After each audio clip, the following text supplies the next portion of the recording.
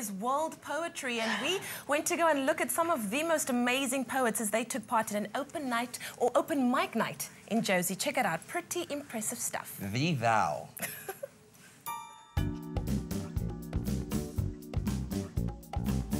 Word crafters know to head to the Lighthouse on 7th Street, Melville, where the Word and Sound Poetry Corner hosts weekly open mic shows. I scouted out the talent.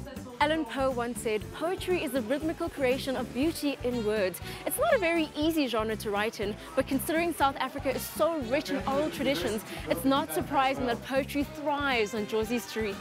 In a modern twist on the cultural form of the craft, the founders of the Word and Sound Poetry Corner have fused music such as jazz and house with poetry since they started the initiative in late 2010. Word and Sound runs about 5 shows at the moment. So we've got our flagship show, which is the Word and Sound series. That is a competitive open mic, but it also gives an opportunity for young up-and-coming writers to interact and ask questions to seasoned performers who do perform on the day on the same stage with them.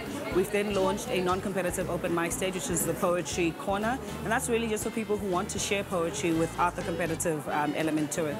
There's also Word and Sound Presents, which is giving poets a stage, because there aren't a lot of stages for poets to perform.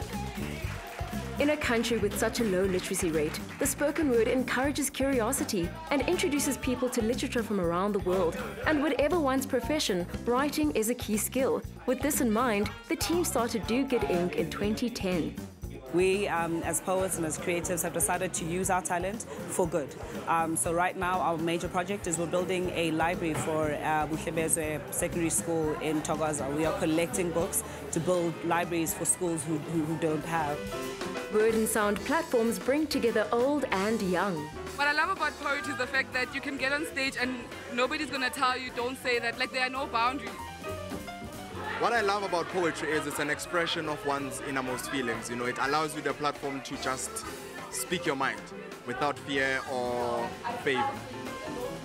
Okay, Thomas, so you're both an organizer and a poet at Word and Sound. What do you think the benefit is for the poets and for the audience? I think, South Africa's got a long history of poetry, and unfortunately after '94, there was never really a step forward. Poetry was still seen as a struggle art. So I think with us starting platforms like these, getting young people out, getting them to talk about whatever bothers them, whether it's love, politics, a bad day that they had, I think it's important to get the social dialogue going on, because as young people, we tend to have issues, but we're never given a platform.